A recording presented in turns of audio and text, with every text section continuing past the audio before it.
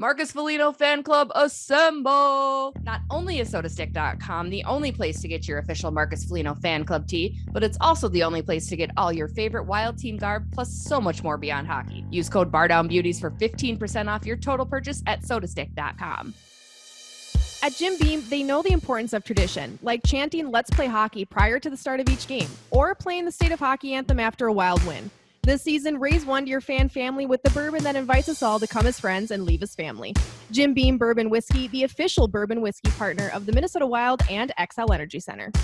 Remember, drink smart. Jim Beam Kentucky Straight Bourbon Whiskey, 40% alcohol by volume, copyright 2021, James B. Beam Distilling Company, Incorporate, Claremont, Kentucky.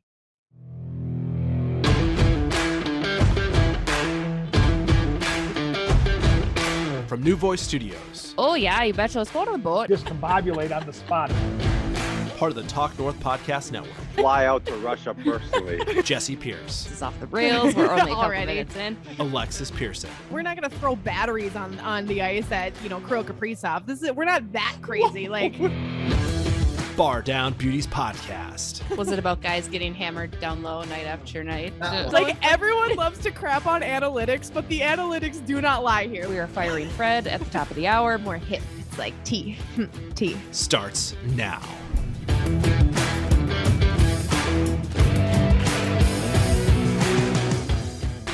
Hello, everybody.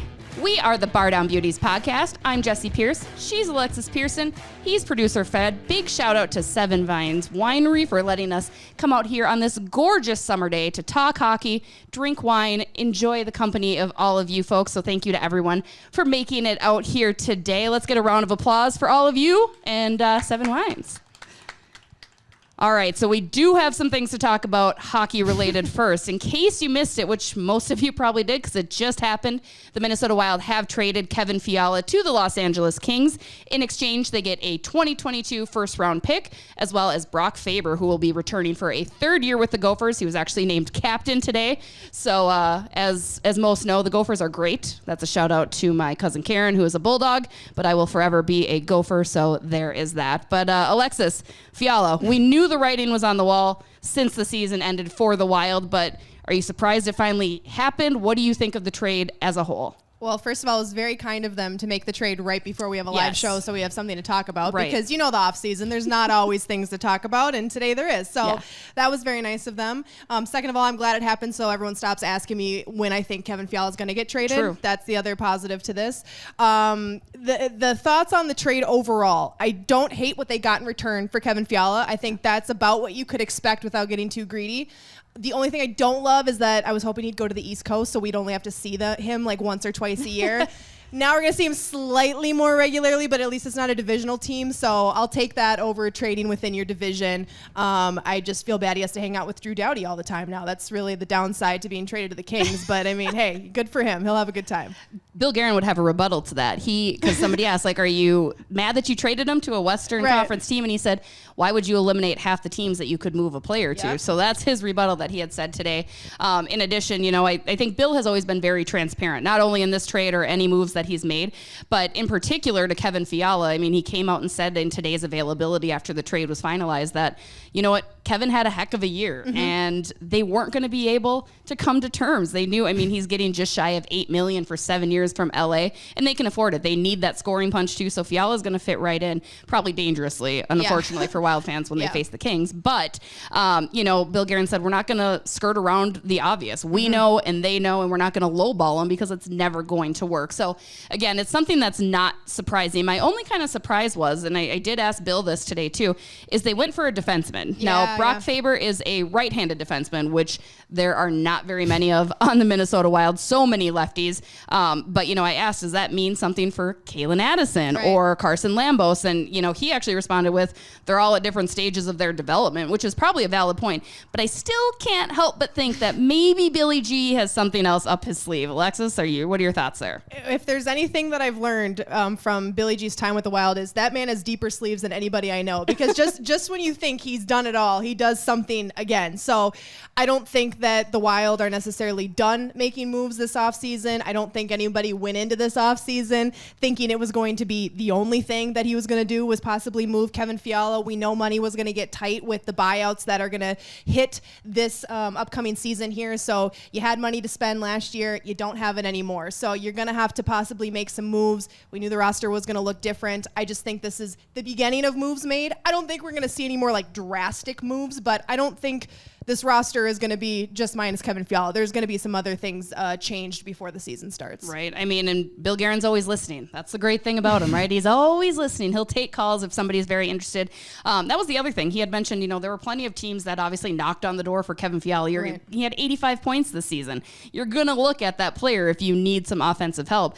He said LA, though, was the only team that came with a real offer, which is kind of surprising because I thought that New Jersey squad out there could use all the help that they could get. Yes. But I'm a little surprised that LA ended up being the winning team. Well, and it didn't seem like, the front runner, it always seemed like the Devils were the team everyone kept bringing up. Oh, Yeah. the Devils. And everyone's like, oh, makes sense. Eastern Conference team. They could use a guy like him. They've got some money to spend.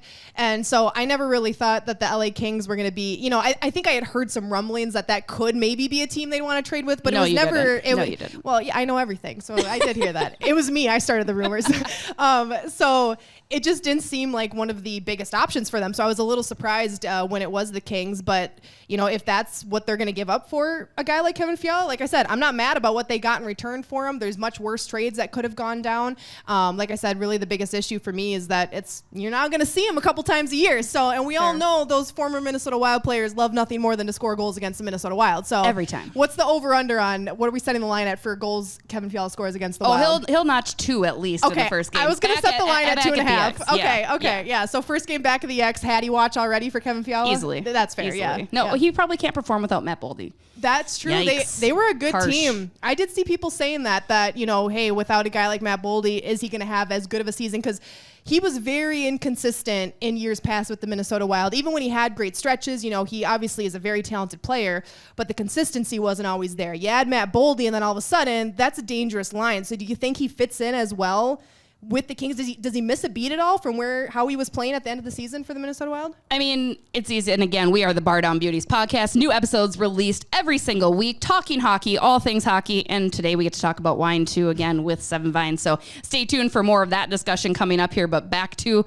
the Minnesota Wild, our bread and butter. I think I saw Kopitar and Kempe were already looked at lineys for him. And there's always going to be the natural adjustment for any player coming into a new team, whether it's the locker room and all of the off-ice things, in addition to learning a new system and all the changes that I think LA is going to have to be making. Again, Right. They've got some older guys there too. I mean, Kevin Fiala is going from a young team in the Minnesota Wild back to an older locker room, which isn't always a bad thing, right? To be that guy. And I think he's going to be put in a position where he's really going to be the superstar at this point. And I think he wanted that too. Yes. When you think about it, and again, I think Kevin Fiala handled the Kirill Kaprizov signing very well. I think there's a lot of athletes in this world who wouldn't have handled it as gracefully as Kevin Fiala did across all sports. So I will say, I thought the way he handled it was very mature. He went out, he played his game knowing that he's playing for a contract, whether that was with Minnesota or a different team.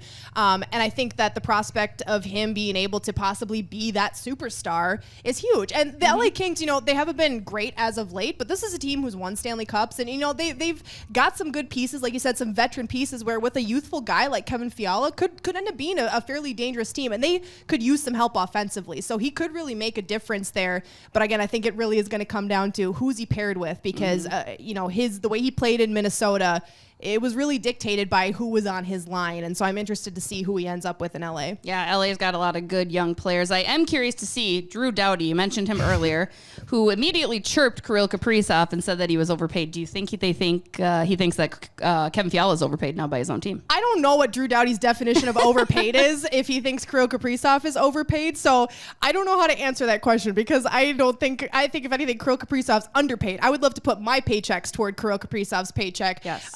Because that's how good he is. So I don't know. I think what Kevin Fiala got signed for, his extension, is what you would have expected. I don't think it was anything crazy, and that's why the Wild couldn't afford him, because we couldn't pay that. So Right. I don't think he got paid more than what people were expecting, but somewhere in that sweet spot of what it was going to be looking like. So.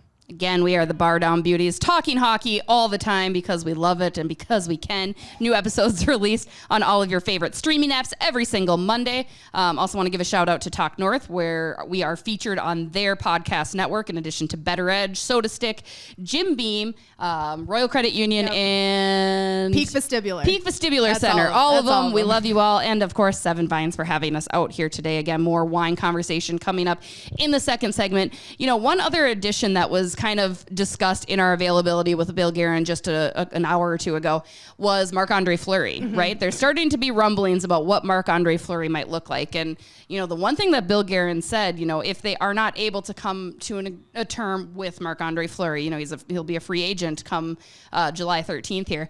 He did say they wouldn't be able to get another player with his caliber, which I think was a little bit of a slip of the tongue because I don't think he meant to be that aggressive on it. Yeah. But what do you think happens with the Marc-Andre Fleury Cam Talbot situation? We saw the whole goalie fight and battle last year a little bit, and obviously they're committed to Cam Talbot and they would love to have Marc-Andre Fleury, but do you think Flower returns in a Wild jersey next year?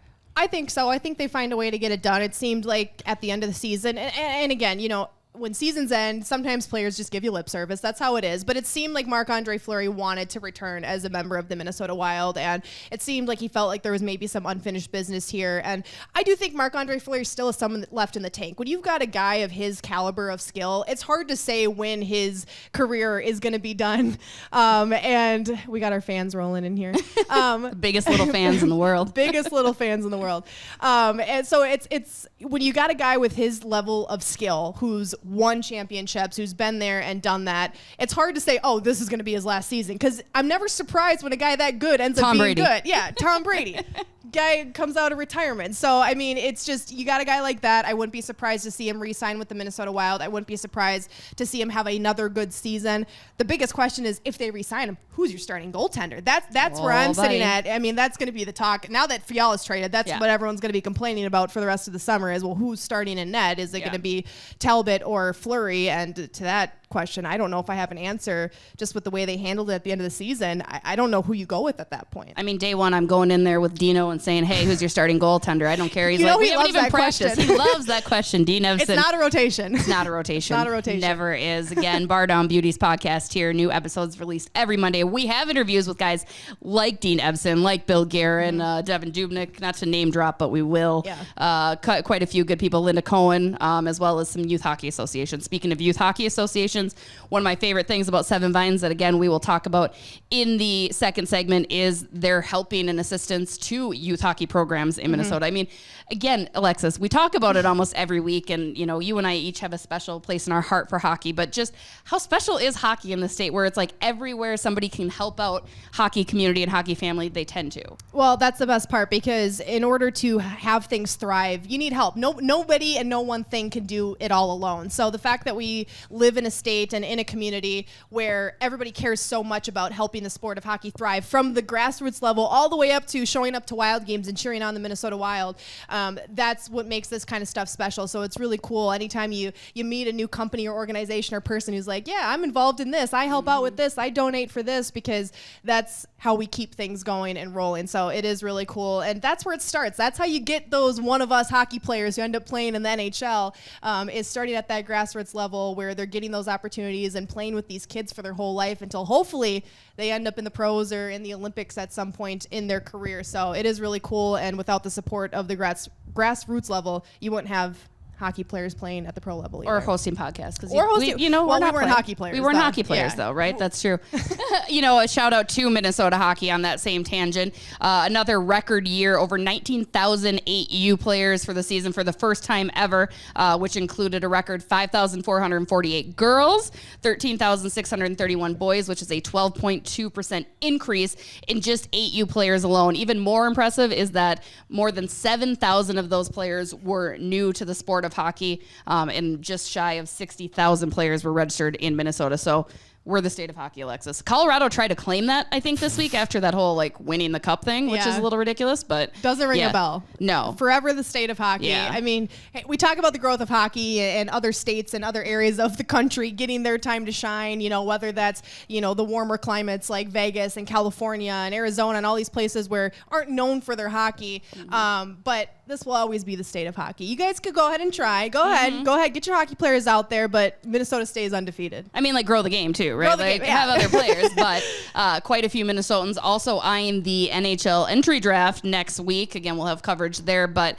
Alexis, 2 first-round picks now for the Minnesota Wild, that one coming courtesy of the Kevin Fiala trade, which took place earlier today. Do you see Minnesota packaging those 2 first rounds to move up at all? Because both of those are a little bit lower.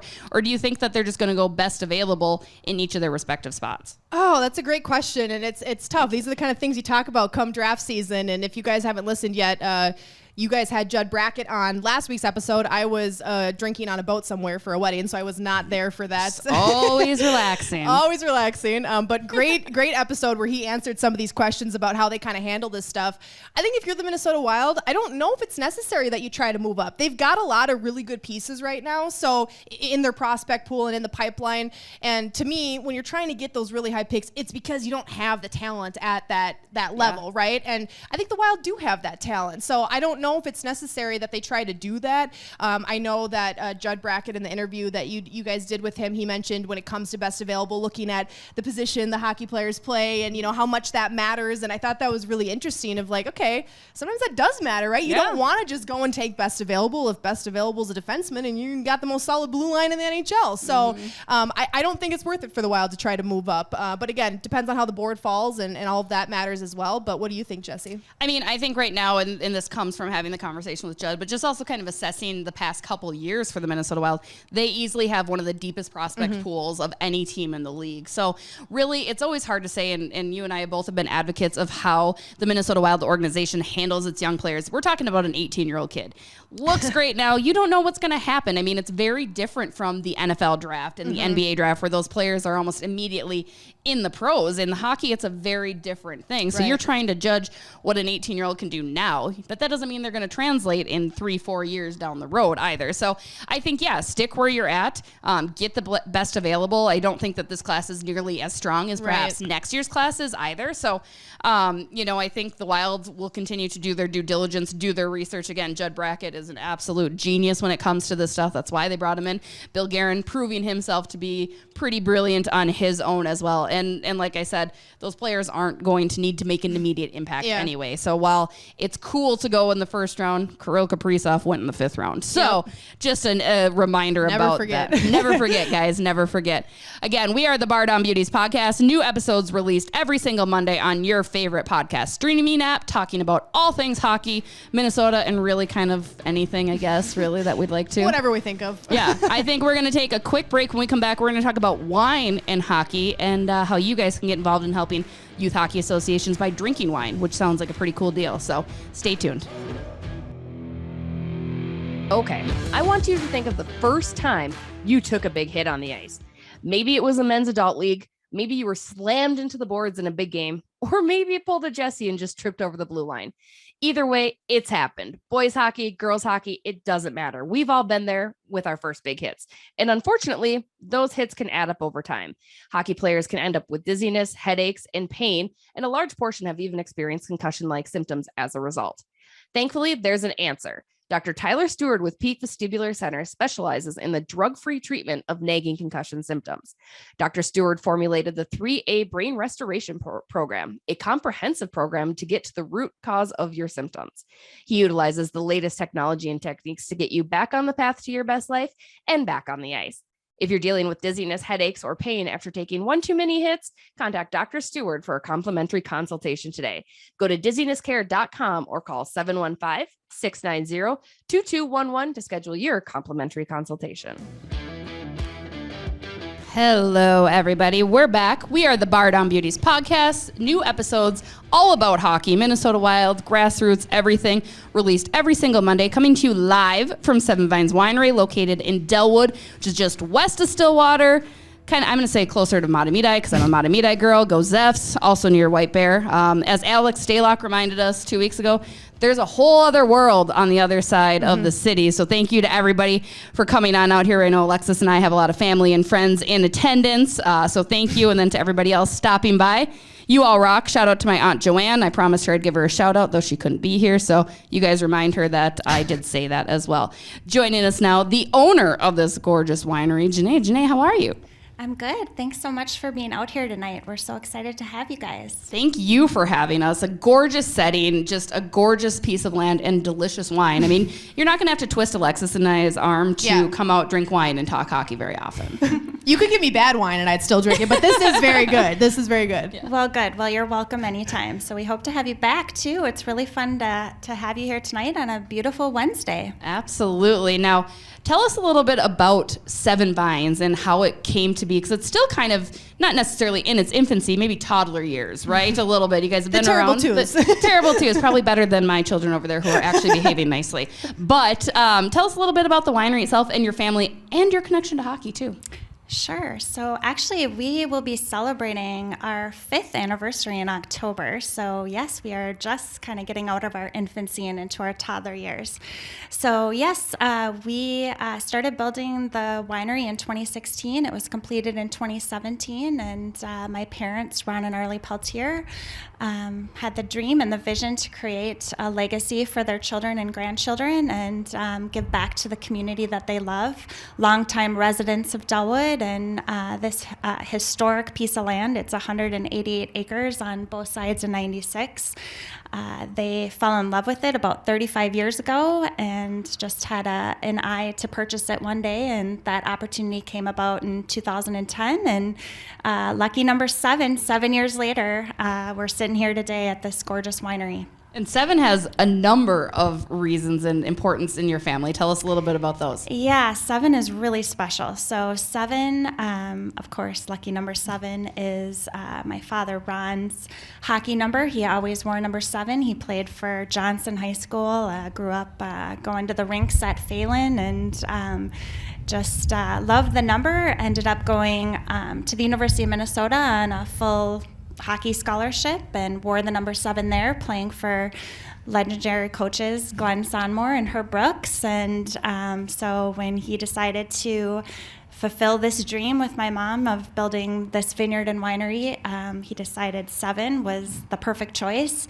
And the more important reason is that he has 7 grandchildren. Oh. So the grandchildren validated it, and so we became Seven Vines Vineyard and Winery. So how cool is it to, have that hockey connection in the state of hockey where people love that stuff. They seek out that stuff. Where can I get more hockey? And then, like Jessi said, you put wine and hockey together. I don't know if there's a better combination of things out there personally, but how cool is that to have this community that really flocks to this kind of stuff? Yeah, hockey is certainly a passion for our family, and I think it's just, we're truly the state of hockey here in Minnesota for so many reasons, and we were fortunate this year to be able to partner with the Minnesotan company. They're located downtown White Bear Lake, and we came up with a wine called the Minnesotan, and what better approach than to pair wine with hockey. And so we decided to do a hockey theme, and so we got this beautiful red blend called the Minnesotan with hockey sticks on it. So I think, just with all the traditions here in the state of Minnesota and the nostalgia, just everybody seems to have a memory. We're so fortunate to be able to have so many different associations, and like you said earlier, still growing the game at such a youth level all the way through. Our state high school hockey tournament broke records again this year. Mm-hmm. So there's such a love affair with the sport, and we're just so grateful to have the opportunity to combine 2 passions, and that's hockey and wine. And in addition to your dad, your kids played hockey as well, right? So you know what it takes to be a hockey mom, and the wine probably helps a little bit. Correct. Yeah. Oh yeah. Hockey, wine and hockey definitely pair well together. So I am fortunate. I have 3 of the 7 grandkids, and I got 2 of them that play hockey. One's a goalie, our daughter, and she'll be a senior this year down at Shattuck St. Mary's. And then I have a son who's 15, and he's at Shattuck as well. So, but they grew up playing association hockey, and they play for Minnesota Hockey in their high performance programs. And just so grateful that there's so many opportunities and so many different paths here for kids to fall in love with the sport and then to grow their passion. And one of the things that we're doing with our wine is giving back to Minnesota hockey and just all that it's done for us over the years, and also for all the kids that have yet to fall in love with the sport. So we've teamed up with their Gear Up Minnesota initiative, and so proceeds from every bottle sold will go back to Minnesota Hockey to support youth associations across the state, get more kids involved in the sport. So you buried the lead there. You said you're a hockey mom, and then you mentioned one of your kids is a goalie, which is like a whole other level of hockey Well, mom. that's also why we drink the red wine before we go to the games, for sure, just so I can calm my nerves a little bit watching her. Yeah, it's very stressful to have a goalie. Yeah. I remember Devin Dubnyk telling us one time that he couldn't even watch, and this was when Darcy Kemper was the backup, not the Stanley Cup winning goaltender that he is now.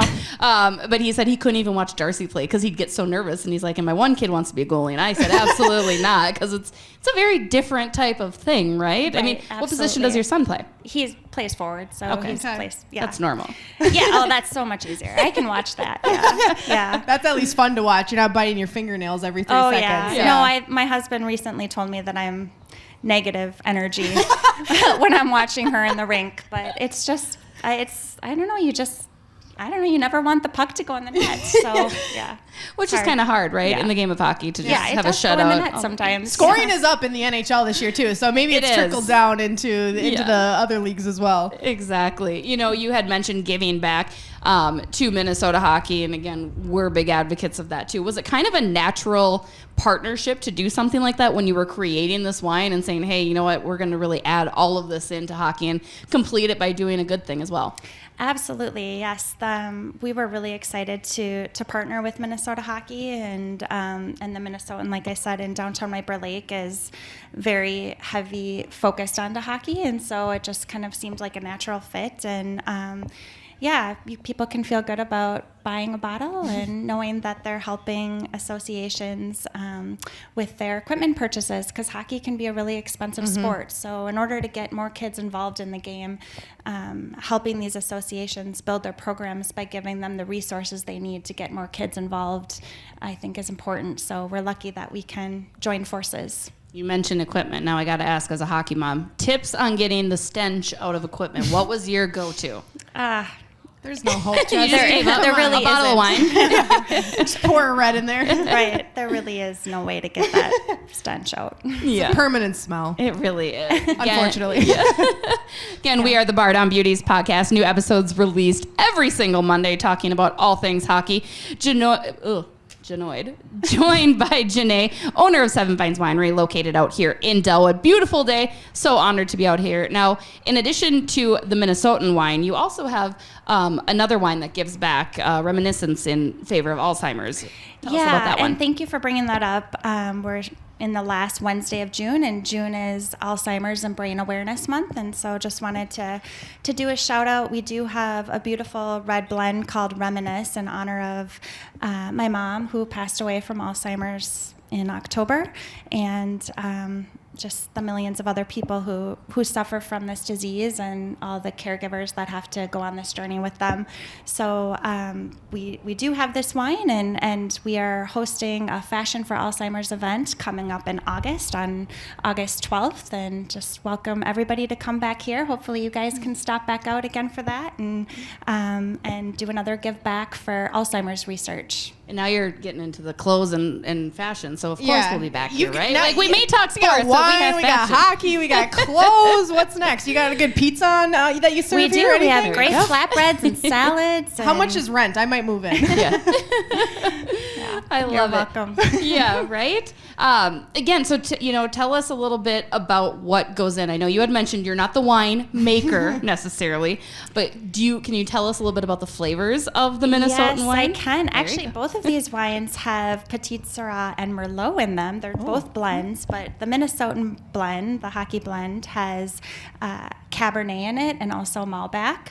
And the Reminisce blend has Carignan in it and Zinfandel. Okay. So both very fruit-forward wines, beautiful wines, and they pair well with, your steaks, hamburgers on the grill, of course, flatbread pizzas. So, we hope you enjoy them. And can you tell people where you can they buy these wines in the store? Come out here to get them?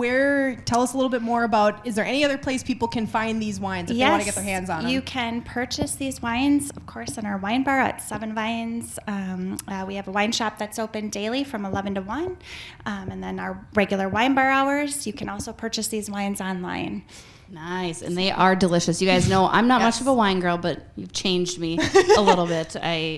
Apparently if you don't have box wine, it's really good. So a noted point for all of you guys. Again, Janae, thank you so much for having us out here. Seven Vines, located in Delwood, Minnesota. Get over on the east side, guys. It's much, much better than the west. Alexis and I are both biased, but that's all right. And check out all the events. You guys do things all the time. I follow you guys on Facebook. I love the yoga and all the different DJs events. Earlier. We got some DJs who come out here. Yeah, we do. DJ for the fashion show, actually. Nice. Yeah, we have a lot of fun community events happening throughout the year. You can enjoy every season here at Seven Vines, and also private events as well, weddings, celebrations, and yeah, we're just a destination for all good things. So come on out and visit. I love it. And don't forget to pick up a bottle of the Minnesotan. Or two.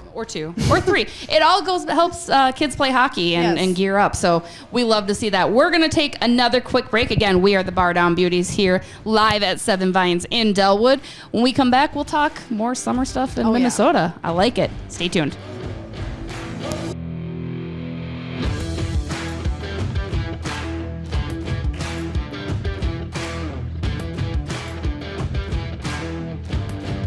Hello, everybody. We are back again. Bardown Beauties podcast. New episodes released every single week, talking hockey, all the fun things, although it's the off-season, Alexis. And in the off-season, we like to talk non-hockey when we can. Like we just had Janae on. We talked wine as we are out here at lovely Seven Vines Winery in Delwood, which is on the east side of the state, the better side of the state. I'll always say it. I don't regret that. But Alexis, this week in our Up for Debate, which you can find on all of our social media channels, you asked what is the best non-hockey related summer activity in Minnesota, giving boating, cabin, and fishing. Yeah. What's your pick? I have an idea. Okay, so what's funny is I didn't even include my favorite thing on this list just because I knew it wouldn't be like probably one of the top 3. If I had to pick from the list, I'd probably pick boating. I like fishing, but I'm not like a diehard like fisherman or fisherwoman, like I go fishing. But if I'm gonna get on a boat, I love like tubing and doing like cannonballs off the side of the boat and playing football in the shallow part of the water, stuff like that. I like cabins. I've never been like true camping, peeing in a hole kind of thing, no running water. I've never done that. Nobody digs a hole. You just go you just a pee tree. right on the ground. Sure. What about for number 2? Well, I don't know. Winery, Alexis. Sorry, I'm just these things I need to know. Okay, so anyway, not a big camper, but I do like cabins. But my pick would probably be boating. But my number 1 pick that's not on this list is I love relaxing by like the pool and reading a book. That's like my favorite summertime activity. Like nobody's bothering me. I'm not on my phone. I'm not having to do all this and do all that. Just sitting by the pool, getting some sun, reading a book. That's my favorite summertime activity. Jessi, I think I know what yours is going to be. Actually, I don't know what yours is going to be. It's all 3, baby. Yeah. I mean, I want to go up to a cabin, go boating, toss a line in to go fishing. That's my ideal You're day. You're doing the classic Alexis cop-out for Up for Debate where you're just like, I love all 3 of them. I love all. I mean, boating's probably my number 1 because you have a boat. You're a boat person now. We're a boat person now. Yep. Season 2 of Jessi and Family are boat people. We couldn't be more thrilled, especially when the boat continues to work every time we hit the lake. Last summer, it's always good. Not quite that. Shout out to my husband Mike, who is here, who I'm sure is thrilled that I told that story. But the boat we're adjusting. It's good. The kids are learning to love it. Avery's already a boat girl, which I adore. Well, she's just like you. I feel like Avery's your mini-me, so it only makes sense that she's a boat girl. Yep. The other 2, if I give them squirt guns, they're boat people. And lots of snacks. Yeah. So that's good. But and I love a cabin, though. And in the fall, I love camping. Like, I'm a big camper, too. Like, I could do it all. And I've been begging. Tell people about your solo camp trip you took for your birthday, because you loved that. You got a September birthday. Yes. Jessi did, like, a solo, like, full would weekend. You call it glamping? No, so I did 3 different nights in 3 different spots. The first night, for sure, glamping. I eased myself into it because, again, I'm by myself in the middle of nowhere, and it was a really cool canvas tent. But I had to start my own fire. I had to make my own food, all that good stuff, which I was prepared to do.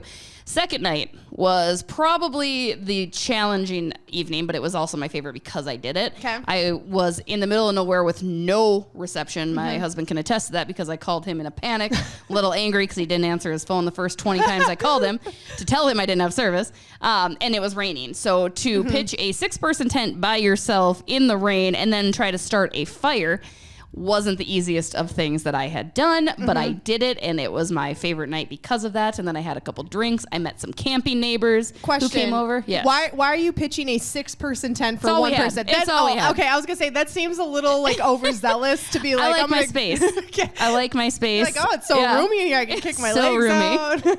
Invite the friends over. I looked, and by the way, for that I always had a backup plan. I would sleep in the car if I needed to, right? So I was like, I will absolutely do that, whatever. And then the third night, I took a bath outside. There was an outdoor bath at the place I stayed, which was epic.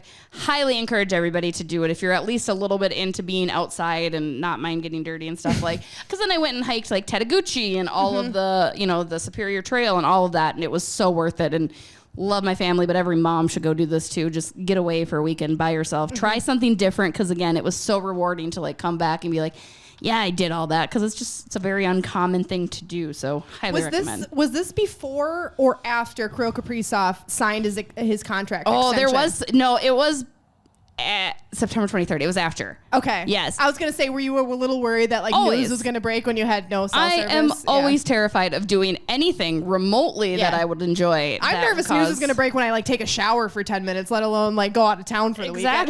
Exactly. Today I texted you both and said, by the way, Kevin Fiala is probably going to get traded because today we have things going on. And it was confirmed per us. It was confirmed per us. We put that into the universe. So for those of you who wanted that trade to happen, you're welcome. For those of you that didn't, you're also welcome. And Jessi brought the receipt. She tweeted it out. You can see the time on the text message. It was approximately like 10:30 this morning. Exactly. We called it. Yes. Well, again, big shout out to 7 Vines for having us out here. Come check them out up in Delwood. It is an absolutely gorgeous scene. Open bar wine from 3 to 9, I think, most nights. There's plenty of really cool events, so be sure to check that out. Host your wedding here. I couldn't imagine a more gorgeous spot for it. My friends are getting married soon. They should book their wedding here. There they are. Look at them. There you I love go. them so Do much. it. Yes. I think they already have a venue, but if you guys want to reschedule, this is great. I'll be here. Yeah, there's barrel rolling, which I'm hoping is okay, considering my children are rolling barrels, probably of wine, but there's that. And don't forget to pick up a bottle of the Minnesotan and the Reminisce. Both go back to very important causes. The Minnesotan benefiting youth hockey and Gear Up Minnesota. Reminisce benefiting Alzheimer's, as it directly affected so many people. So shout out to everybody that came out again. I know so many family and friends. You guys are the best, always supporting. Shout out to everybody listening. Shout out to Talk North, who features our podcast on their network every single week. Also to BettorEdge.com. Use code BEAUTS to get free $10 when you place a bet on BettorEdge. SotaStick.com. They're coming out with some cool new gear. Always Bardown Beauties, 15% off shipping. Royal Credit Union, less fee, more free. Peak Vestibular Center. We have an interview coming out with Dr. Tyler Stewart, so be sure to check that out. And Jim Beam. We're not going to cheers to Jim Beam because we're going to cheers our delicious wine instead. Yeah, we're cheating on Jim Beam today. We're cheating on Jim Beam. Okay. So for anybody watching this right now who thinks Jessi reads off a script to list all of the sponsors every week, now you know she does it off of the top of her head. It's impressive every time. So no script here. I got one thing going for me. Thank you. So again, thank you to everybody. You guys are all awesome. Thank you. Be sure to follow us on all social media channels. Check out our YouTube. This will be posted again next week after the 4th of July holiday. So enjoy your day, enjoy your night, grab a glass of wine, and we'll see you later. Bye.